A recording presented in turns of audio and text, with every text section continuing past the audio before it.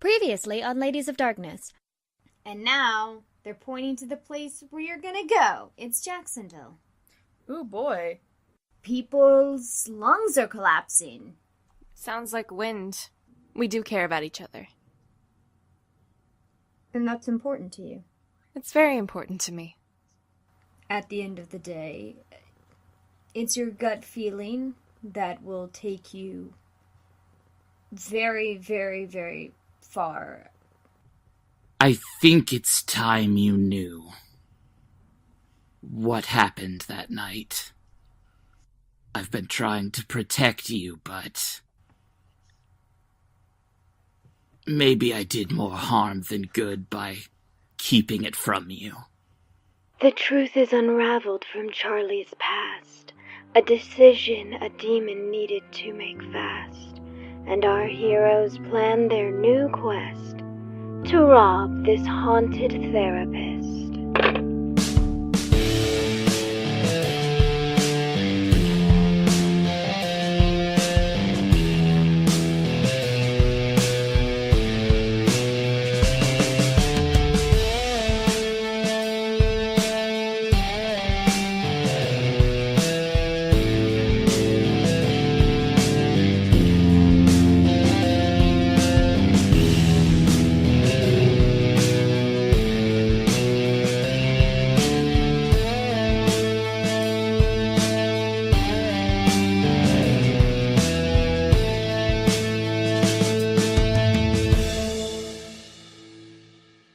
We see a series of images flash through Charlie's head.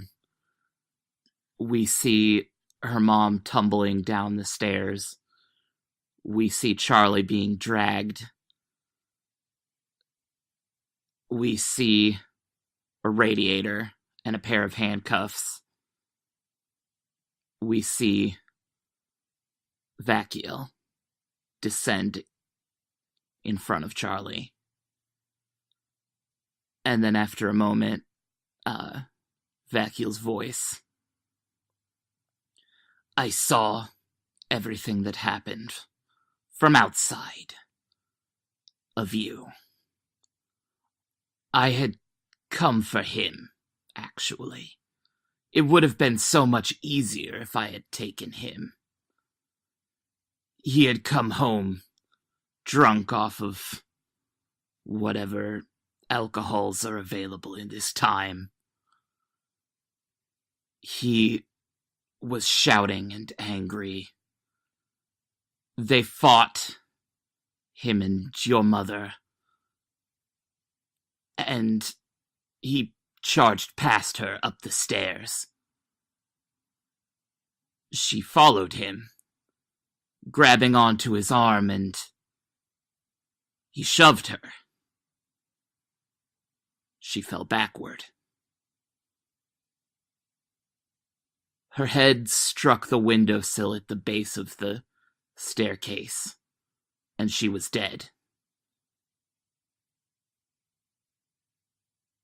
Sobering reality set into his eyes, and I watched him turn to you, Charlie, and you had seen the whole thing.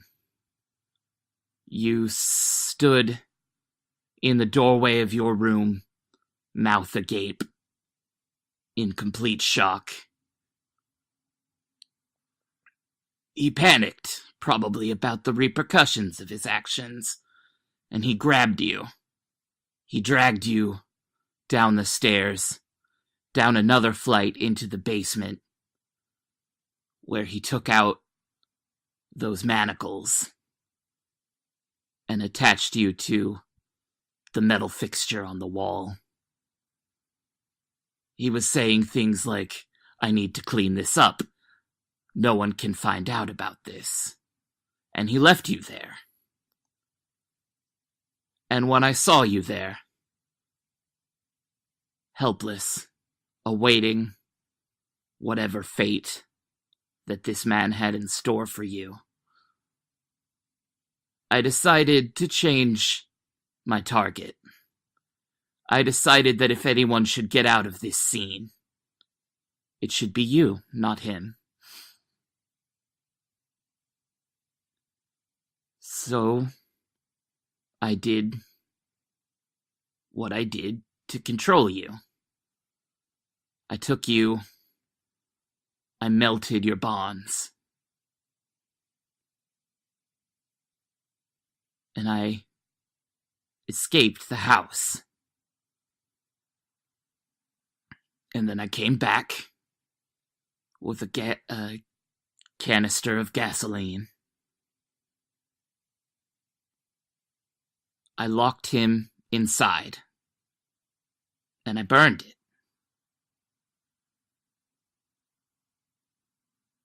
That is what you have forgotten, Charlie. That is what I tried to protect your mind from. That is not what you deserved, but it is what happened.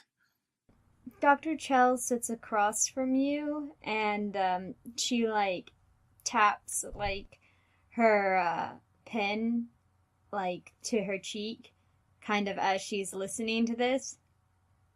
And when Vakiel is all done, she goes, "Okay, then.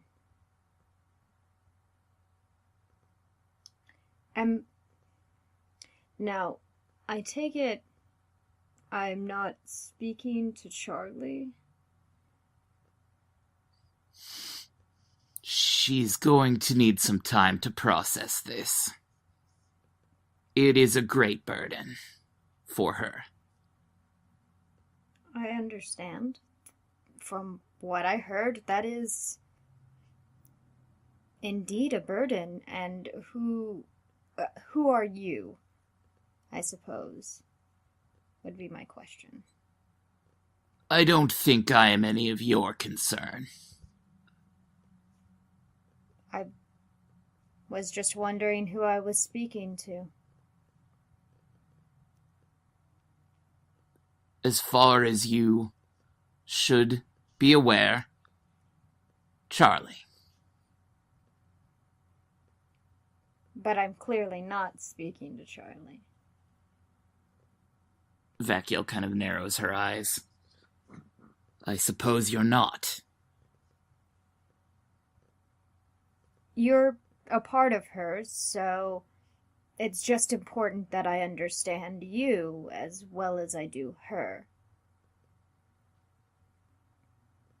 I was sent here for a purpose that changed when I found her.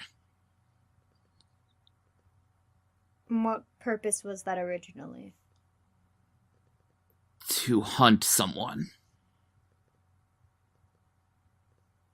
Okay. Who is this person that you're hunting in regards to you? He was a companion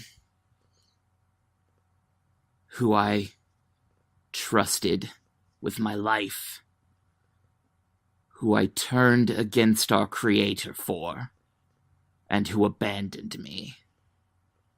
Cast me aside the moment I showed any sign of weakness. He is the reason I have fallen. He is the reason I am no longer an angel.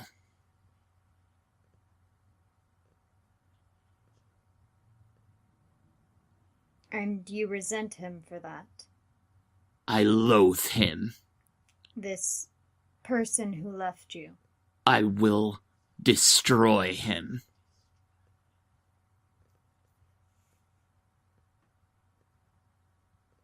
How long ago was this? How long ago is time? Did he... Well, yes, that is the question that I asked. Before recorded history. It seems like, though perhaps maybe not on the surface, you and Charlie are the same person, both abandoned, both manipulated, both fragile in unexpected ways. You think I'm fragile? Perhaps you don't think that you are, but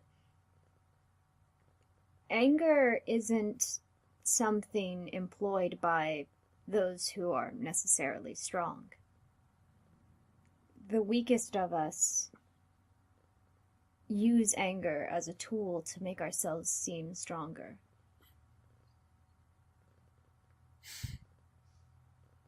And you don't always have to be strong, you know that, right? Sometimes it's better to admit that sometimes you can be weak. I don't have that luxury. Why not? Because I live for only one purpose, and I cannot let anything else get in my way. Not my own weakness, not my own vulnerabilities. I don't have time for that.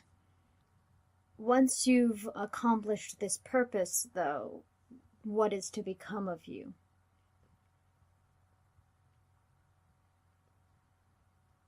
You can't keep going unresting.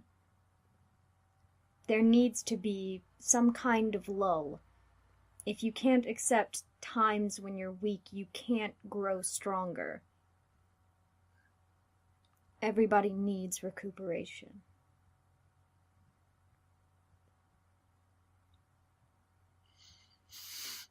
That was something that I was only going to worry about once it's been done.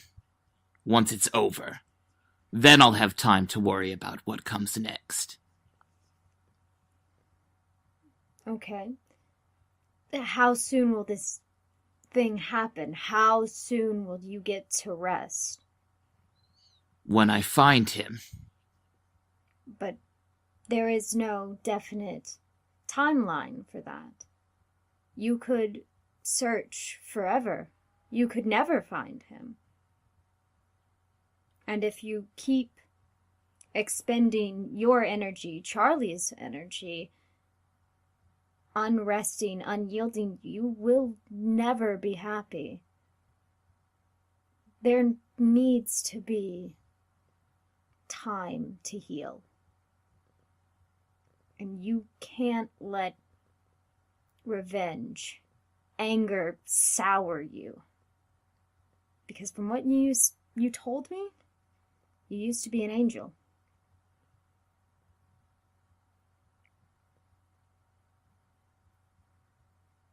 For a fallen like me, revenge is all there is. You cannot comprehend the torture I was put through because of him.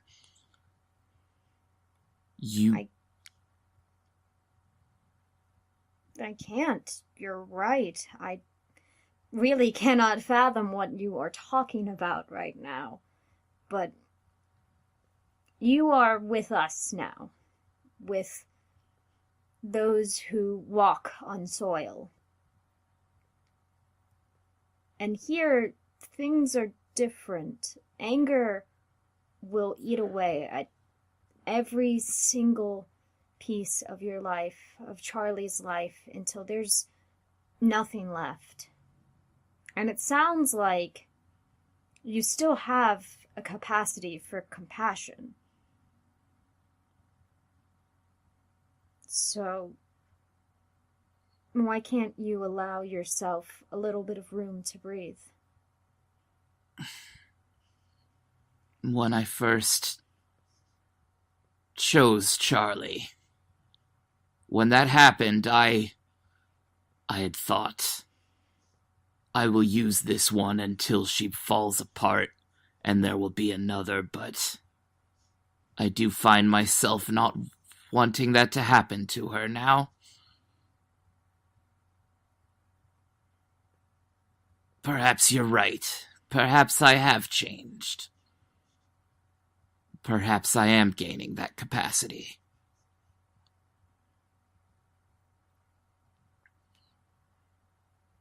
But I would rather cease to exist than give up my hunt. Nobody's saying that you have to abandon this ambition entirely. But cutting yourself some slack is very important in life. And, she, grabs a dish kind of, off of the table. And she looks at you and she goes, I want you to close your eyes real quick.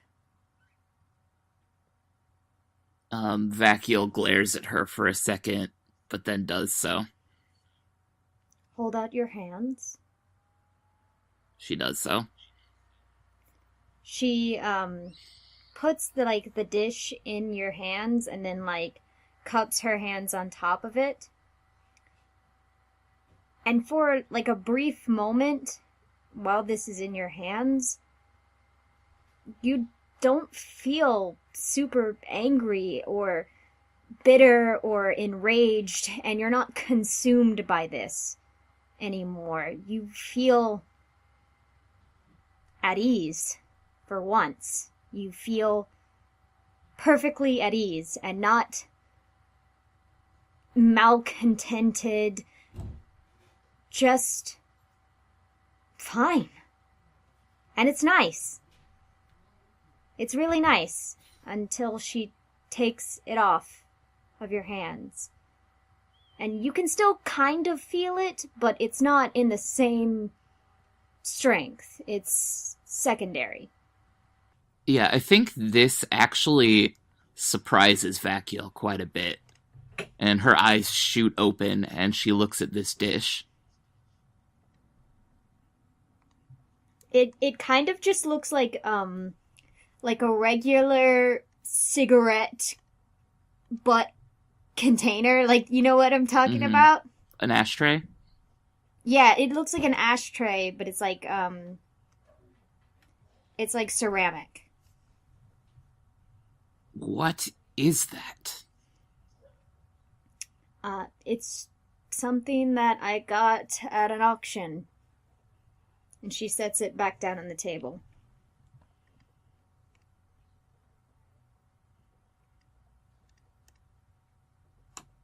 Vacuole stares at it intently for a moment.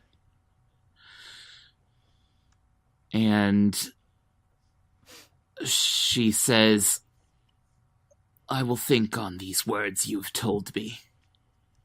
And I will bring back the one you were talking to. Okay, thank you.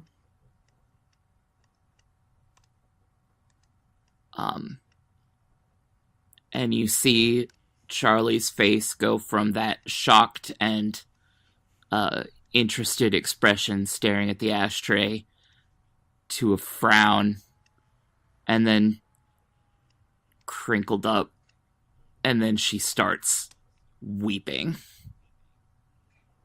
Dr. Chell, hands you a bunch of, tissues and stuff, and she kind of, sits next to you, on the couch, and she goes, legally, I am not allowed to touch you, so... It's fine. It's fine. I know this is a lot for you to process. It's actually a lot for me to process as well.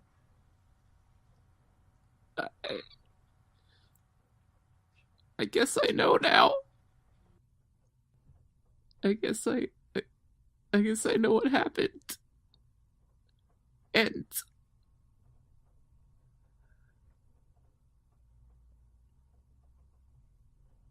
I guess I killed him. He killed Mom, but I killed him. It was self-defense.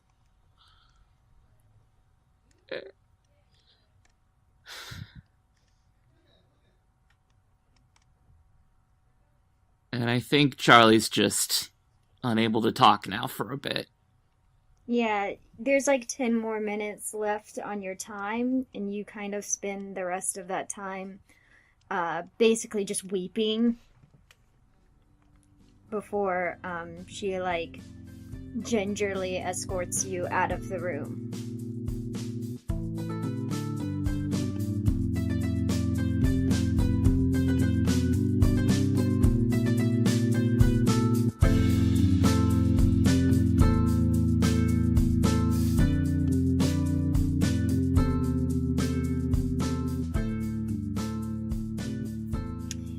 Everybody, what up? It's your girl Cat. How are you enjoying this episode? Great, thanks. You can't answer and I can't respond. So, yeah, sorry. But hey, you know what? You can answer through social media. We have social media. We have a Tumblr, which is ladiesofdarkness.tumblr.com. We have Twitter @Lodwad, and we have the hashtag Lodcast on lock. We have a Patreon where we're going to, here in the next couple of months, add some new stuff to it, including bonus episodes. What? New content that you have to pay for. But you only have to pay like $1 a month to get it. That's pretty good. We also have our coffee, which both of those are Lodcast, so you can just look them up. And that's us. You can just look them up, and please give us money, because your money helps support our show that we do for free, pretty much, and takes up so much of our lives and time and brain power. So think about that. Think about that when you're listening to the episode. When you're enjoying this episode, think about how hard I fucking work on this shit. And then think about maybe giving me your money. I'm just saying.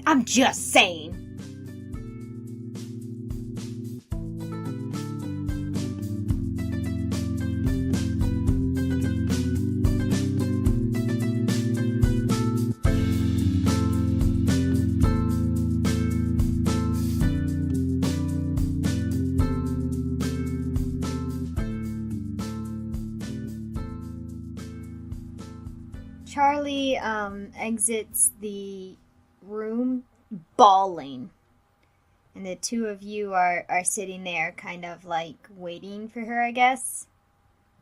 Charlie, are you okay? Valuel gets up and, like, is unsure how to, like, comfort, but, like, outstretched arms, like, hug? Maybe? Like, just hover-handing kind of toward Charlie. It looks terrible. Charlie just nods, and I think she does go in for the hug. Hug! Valuel hugs Charlie. And as she grips around Valuel, she just kind of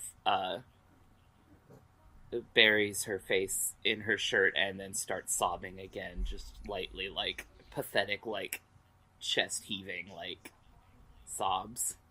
Valuel pets her hair. Shit, should I tell the, the car crew that...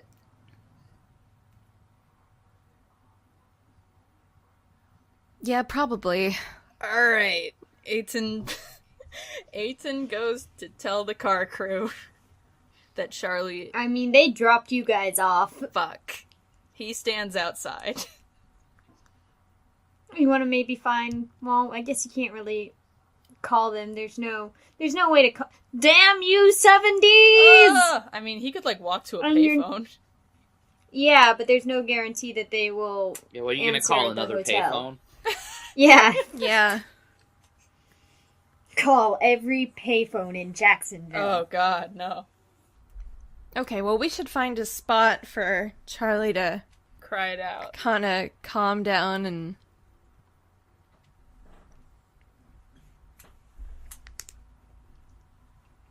I mean, there's like a couple of benches outside of the therapist's office, so...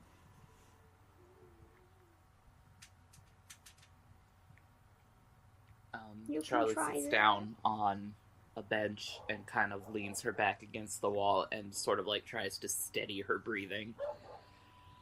And then finally, she lowers her head back down to look at everyone and says,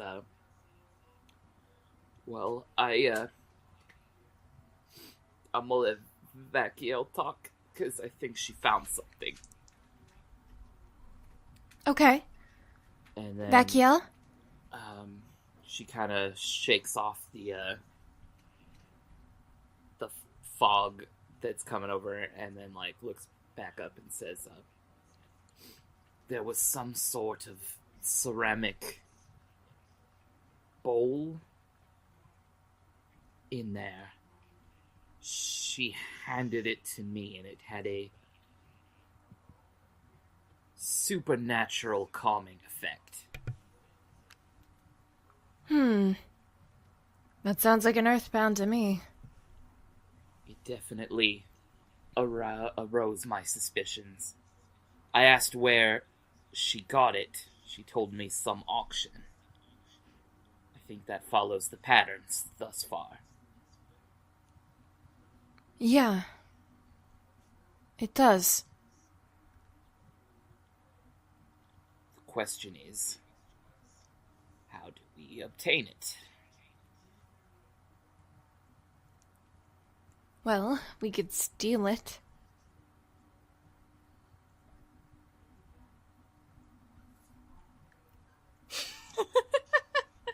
Shit. Dead-ass silence! Let's be thieves. I mean, I could sneak in there and grab it. I could even bring you guys with me now. Oh, Aiton's not in there. Well, I can still bring you guys with me I do not through know, my portals now. I do not know what, if any, connection the doctor herself might have to this item. I don't know if it has any hold over her or anything. Probably. Like that.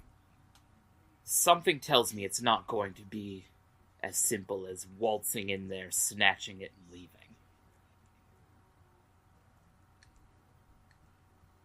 It's worth a shot. Unless you have a better idea. I don't. Well, we can't burn it down either. I'm aware of that.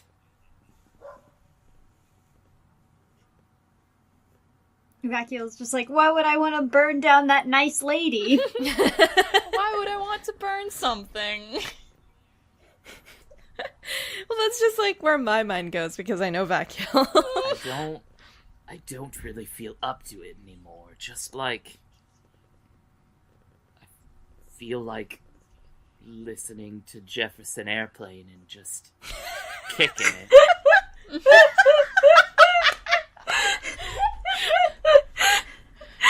I think, I think that sounds great. I would be down to kick it. God! Kick it, how the kids say these days with their Jefferson Clearwaters and their Credence Joplin and what have you. Oh, yes, my favorites. But Valuel is just like trying to piece together, shall we go find Aiton? Yes, we should. I'm back. And, Aiton, comes back and he's carrying, 2 cones of sorbet and one, little cup of it. There was just a sorbet stand nearby. Mm-hmm. Oh, you didn't get a fruit cup? That shit's over. Look. One man just wanna know your haunted by a fruit preferences. cup. I like whatever's kosher. Is that True. good? Okay. Yeah, that's fine. Okay. So, I saw a crying teenager and I got a frozen treat. I think that's a good call. Yeah. It's Vakiel here now, but... Alright, Vacuum, do you like banana? Or strawberry? I think Charlie's more of a strawberry person. Alright. Yeah, it's the redder one. Okay, here you go. Strawberry sorbet. Sorry. Okay, Valuel, you're gonna have to take banana because I don't really know if cones have grain in them, and I don't fucking know if it's still Passover or not. I haven't known what day it is for like a while, so you gotta take that. Yeah. To be fair, the calendar's a little screwy when you're in and out. Exactly. So All right, I got. I will take that. Thank you. I'm sure it will be delicious. Let us enjoy our sorbets while we wait for the car people. Hell yeah. The car people come back in like 30 minutes.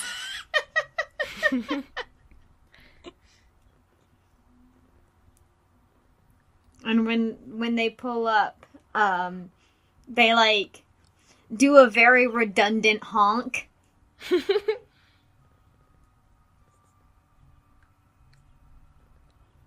As Nina like leans out of the passenger side window and she goes, "What did you find?" It's a dish. Cool. You want to go over like a game plan or something? Not right out front of the establishment where it is? Yeah. Yeah. Yeah, that sounds good. Hop on in! And then we get in and we go and we do the stuff. And when we get in, we go, we drive to the motel, back on the map. Yeah, we go on the Who's map, the car? and then the car moves slightly, like over, like it's still It a bounces state. once. It's still a statewide map, so Yeah. It's just like, it looks like it just like starts and stops. But you are at the motel, TM. Another motel! Ooh. Where else would we stay? I mean, no, I don't mind motels. They have those little soaps. Oh, it just sounded kind of sarcastic, so I wasn't sure. No, that's fair, that's fair. I should be clear about when I'm being sarcastic. It's kind of difficult to tell sometimes. I'm not well versed in American sarcasm. Well, I'm only a little bit American, I suppose.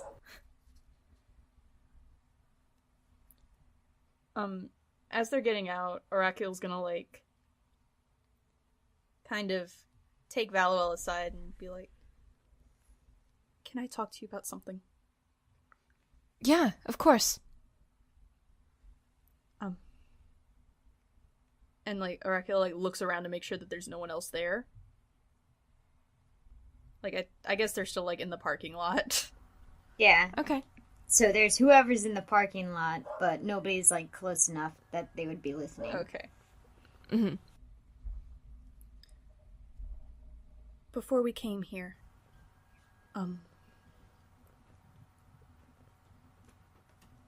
I learned some things that I think that you might want to know. Okay. What about? Before I say anything,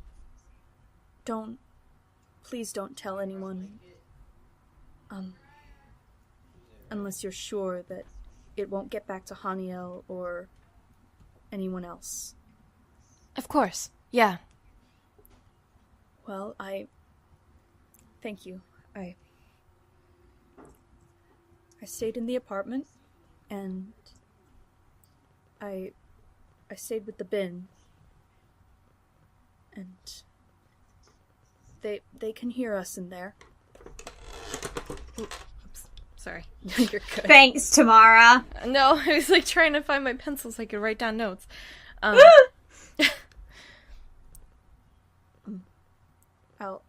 start with that. They can hear us. They're conscious and they're aware. Okay. I had a conversation with... Well, they claim to be Semyaza, but that's the thing. I don't know if I can trust that it was them, because there's no way to verify it, and if there's no way to know. And whoever it was, and whether it was true or not, what I was told was that we're playing into something. Yeah, I've been cottoning onto something for a while. This, I don't know, Paimon took me aside before we came here. And he said that I would make a good leader or something, and to watch all of you. I don't intend to do any of that. I don't know when would be the best time to, take action about it. After we know we have all the Earthbound, we just take it and leave? I'm so glad we're on the same page.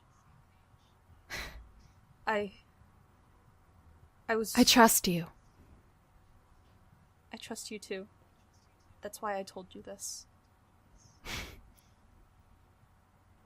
They said that they were sure that the Earthbound were going to die, including themselves, and that we would not, but only if we ran. According to them, there's no way to stop this, and the only way to survive is to run.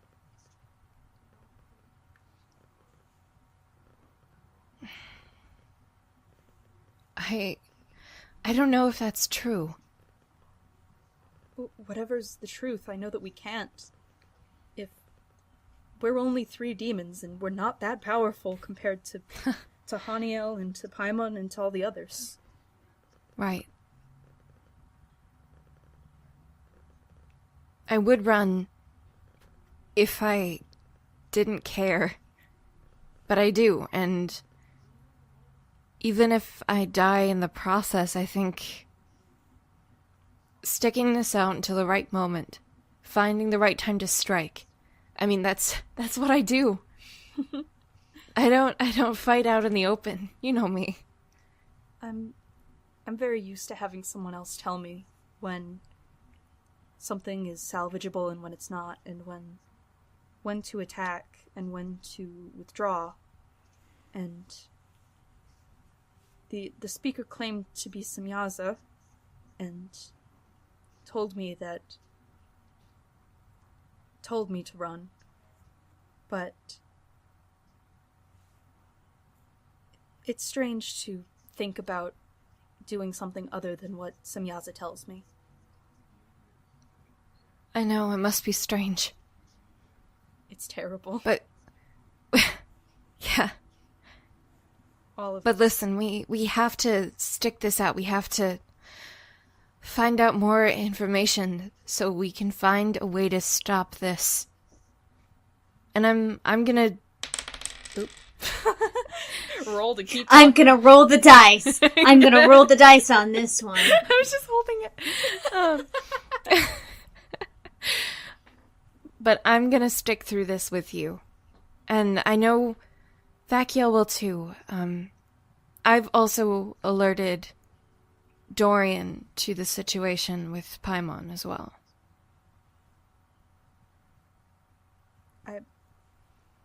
Yes. I'm afraid of Haniel or Paimon finding out about what we know. I know. We have to play dumb. Yes. They underestimate us. Yes, I think that's a habit of theirs. We can do this. I know what they think of me. Yeah, unfortunately. Normally I would want to run, but I do want to think there's a chance that I can save them. I hope there is. I really do. Let's try. Yeah. Yay, inspirational conversation. Better things are happening. Maybe for Um, now. You guys, I assume, after that conversation, rejoin the group. Dorian and Nina are like talking amongst themselves, kind of in a almost similar manner that you two were, but like it's in front of Charlie slash Vakiel, and it's like they're not whispering, right? But they're also not like having a conversation with her. Okay.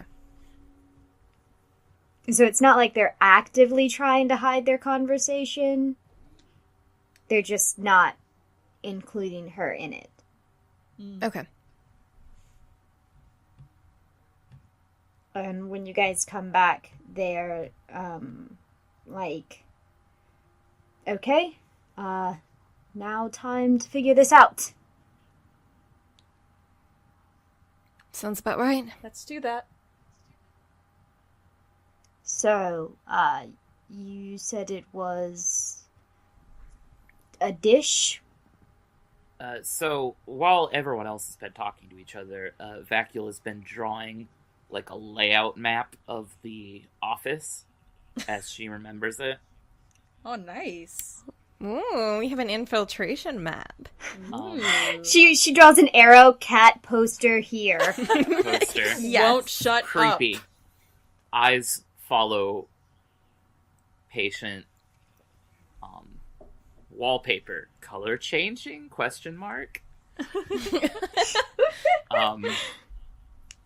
No, and she lays out where the dish is sitting on like a shelf against the wall, and like kind of notes. It was basically what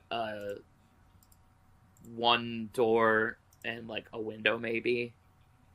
Yeah, there was like one window, one door, and then the dish would have been like on the coffee table.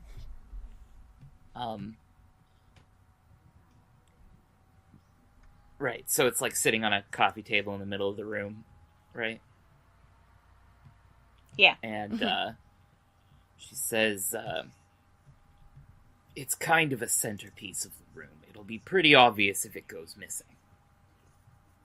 So we need to replace it with something, maybe. Try to... I'm sorry. Keep talking. Wait. Arakiel, you can... Yes, that's what I was thinking of. If I could have a description of it, then I could try to craft a replica. A replica.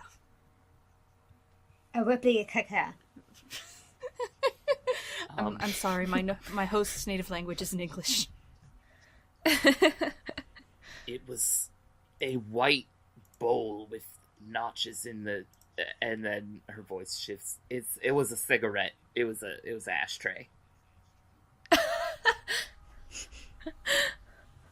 I don't White. really know what that is. Ceramic. Well, like...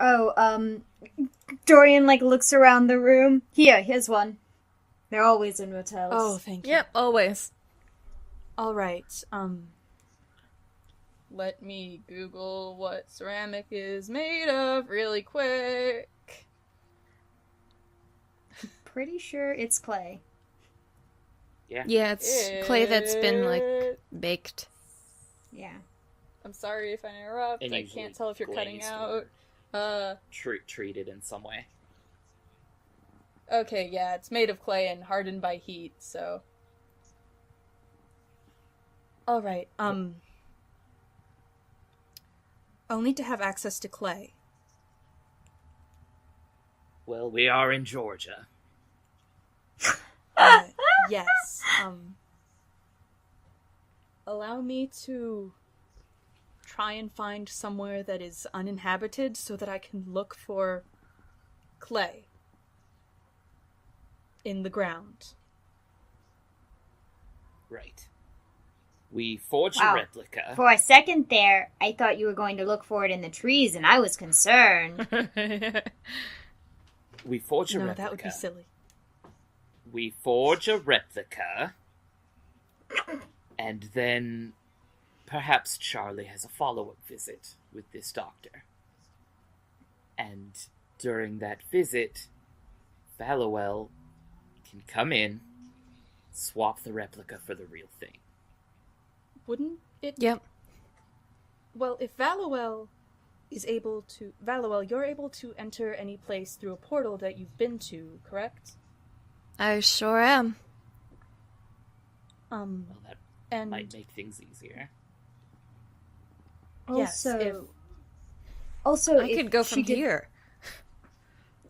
Also, if she did the first plan, I'm pretty sure the doctor would see 2 floating discs, which might be a dead giveaway Yes. to what is happening. Unless I did it when they were switching the patients. But yes, it may be easier, and in any case, we would have it sooner if we tried to do it perhaps during the night when she's not there. yes. Worst comes We would to also... worst. Sorry. Go ahead. Worst comes to worst, I make a pretty good distraction. You do. I'm going to need something to paint the bowl with, in the case... You said that it is white.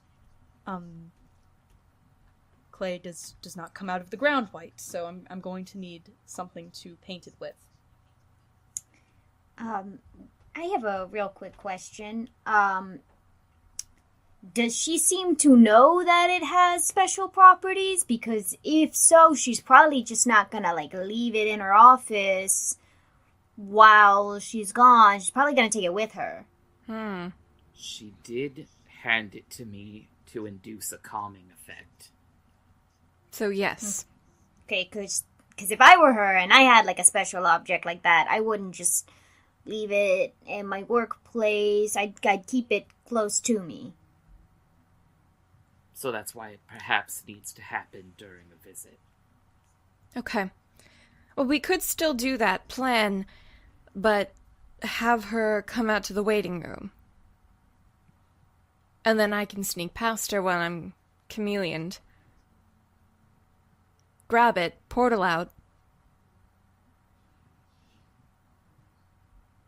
That sounds like a better plan, because that way she won't see it.